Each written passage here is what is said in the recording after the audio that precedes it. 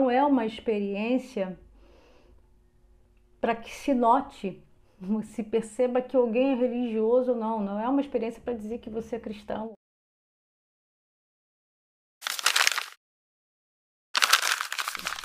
A Bíblia nos ensina a orar.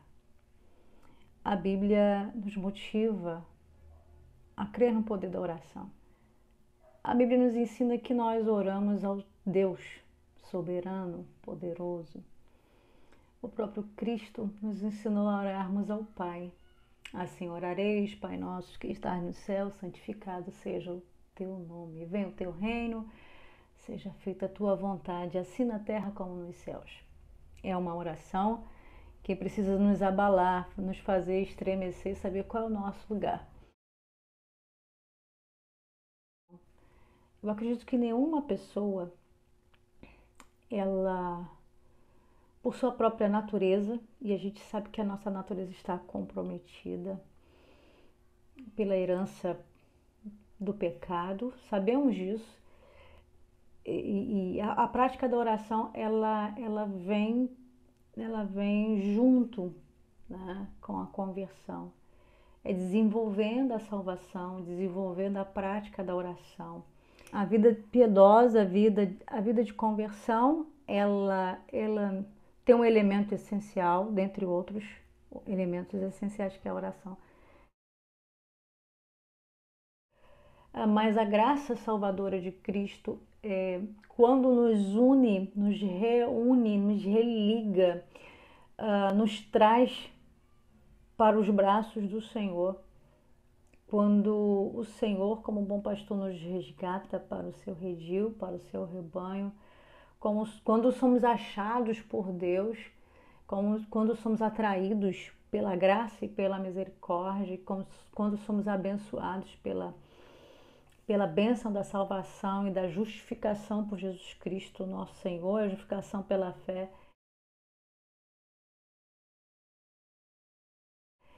Aí sim existe um grande milagre, uma grande operação, uma grande ressurgência da prática das devoções, da espiritualidade, práticas piedosas, práticas possíveis, vivências possíveis. Como essa palavra é importante. Não estou me referindo a uma prática religiosa obrigatória, ferro e fogo, a uma ordenança religiosa. Não é a experiência que acontece dentro de uma proposta litúrgica. Não é uma experiência que acontece por conta de um calendário de festas religiosas. Não é uma experiência para que se note, se perceba que alguém é religioso ou não. Não é uma experiência para dizer que você é cristão. É uma experiência transcendente, sobrenatural. É uma experiência de relacionamento, é uma experiência de fé, porque diz respeito a uma comunicação, uma verbalização de sentimentos, de necessidades, diz respeito à comunicação da nossa confissão, de quem somos em Deus, o que Ele é para nós.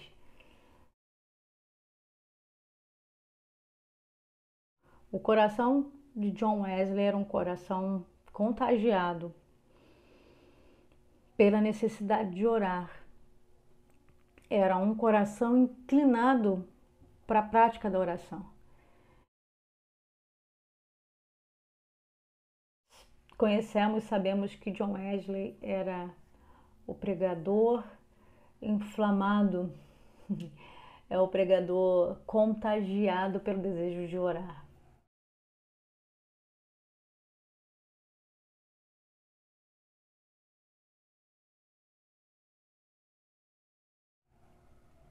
Ele entendia que o cristão, o convertido, aquele que foi resgatado por Cristo, aquele que amava ao Senhor, aquele que queria servir ao Senhor, ele precisava de uma experiências de oração de pelo menos 2 horas por dia. Se o dia tem 24 horas, Ele teria apenas 22 horas disponíveis para outras atividades pessoais do seu ministério, mais 2 horas John Wesley separava para estar em oração.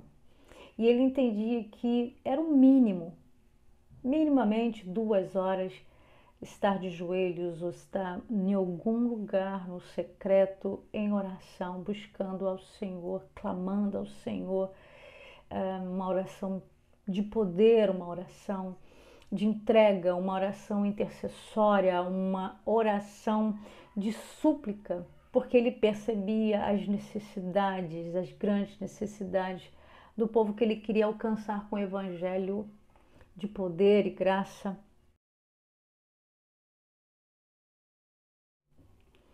Desse elemento essencial, dessa prática essencial da vida de fé, da vida piedosa, de uma espiritualidade centrada na doutrina dos apóstolos, no evangelho, no exemplo de Cristo, e uma experiência que o próprio Espírito Santo nos constrange a ter.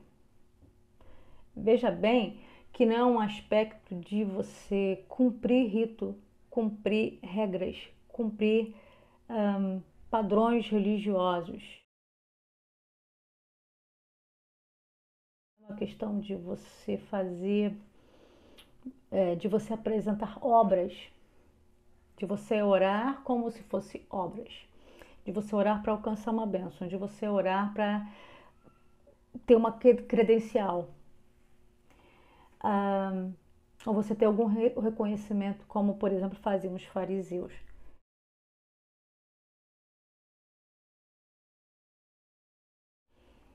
Orar é uma experiência que transcende, ela é sublime. A oração é uma experiência que eleva os nossos olhos, tira os nossos olhos da terra, tira o nosso coração da terra. Existe uma palavra, existe uma referência linda lá em João 17, versículo 1, quando Jesus dá início à oração intercessória. O versículo 1 do capítulo 17 diz o seguinte: tendo Jesus falado essas coisas, que coisas eram essas? No mundo tereis aflições, mas tende bom ânimo, eu venci o mundo. Logo em seguida, Jesus começa aí num momento ímpar, importantíssimo, num momento que precisa ser sublinhado, destacado no ministério de Jesus. Nesse momento em diante, começa a oração intercessória de Cristo, uma oração que ela tem desdobramentos escatológicos, tem desdobramentos naquele momento, tem desdobramento nesse presente que vivemos e tem desdobramentos para o futuro. É a oração para o devir, daquilo que virá. É a oração para a igreja, é a oração para os seus discípulos.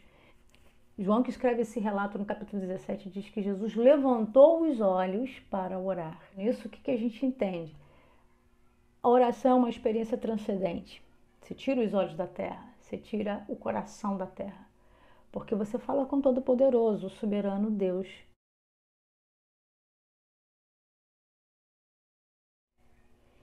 Então, toda oração é uma experiência que te permite, que te dá a possibilidade de comunicar que existe um propósito. Quando Jesus começa a orar, ele levanta os olhos aos céus e diz: Pai, chegou a hora, chegou o momento. O que Jesus está falando? Assim, bom, existe uma agenda, existe um propósito, existe uma dispensação, existe acontecimentos, existe uma escatologia nesse momento. As últimas coisas estão acontecendo, existe um propósito. A oração de Jesus aconteceu dentro de um propósito, e tudo que ele colocou diante de Deus naquele momento apontava para um propósito. As nossas orações precisam apontar para um propósito, que Deus é soberano e que ele tem a história nas suas mãos. Ele é o dono, ele é o autor da fé, da nossa esperança, do nosso destino. Então, toda oração é uma experiência transcendente, sublime, sobrenatural. Toda oração nos dá a possibilidade de declarar quem somos e quem Deus é para nós. Toda oração nos dá a possibilidade de reconhecimento que Deus é o nosso Pai, a relação de paternidade. Toda oração é o momento da gente entender, reconhecer e comunicar que existe um mediador, que é Jesus Cristo, o nosso Redentor. Por isso oramos em nome de Jesus. Toda oração é um momento, é uma oportunidade para expressarmos que existe um grande propósito, confessarmos que existe um grande propósito. E por último, que eu acho que é o ponto que mais me contagia, que a oração é uma experiência de fogo, é uma experiência que aquece, é uma experiência que cria um movimento em nós. Quando digo que a oração é uma experiência de fogo, porque era o fogo que havia no tabernáculo, que não poderia ser apagado. O fogo arderá continuamente no altar, não se apagará. A oração precisa ser uma experiência desse fogo, o fogo contínuo, o fogo que aquece, o fogo que ilumina, o fogo que revela, o fogo que depura. Que as nossas orações sejam assim, sinceras, transcendentes, sobrenaturais, que testifiquem de um propósito, que sejam cheias de confissões, que sejam cheias de ações de graças, que as nossas orações elas sejam intercessórias, que elas possam, diante de situações de crise, de aflições, de medo, de fome, de confusão, de caos, as nossas orações possam interceder pelo mais fraco, interceder pelos órfãos, pela viúva, interceder pela igreja, interceder pelos injustiçados, que a nossa oração possa fazer a diferença, que as nossas orações possam mudar a história, que elas possam ser intercessórias e possam intervir, que a santa mão de Deus, que a justa mão de Deus, que a poderosa mão de Deus se mova segundo a sua soberania, segundo a sua vontade, segundo o seu amor, a sua justiça, mas sabendo que a oração do justo pode muito em seus efeitos. Deus é poderoso, soberano, criador, mas Ele se inclina para ouvir as nossas orações. A oração pressupõe um ouvinte. A oração pressupõe uma resposta. Quem nos ouve nos responde. Quem nos ouve nos consola. Quem nos ouve tem o sim ou tem o não. Quem nos ouve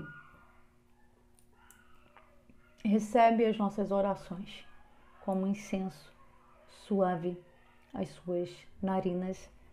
É um texto lindo que está lá em Apocalipse. Que a prática de oração na sua vida seja sobrenatural, transcendente.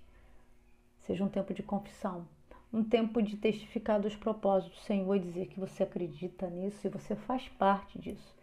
Que assim seja, que Deus te abençoe.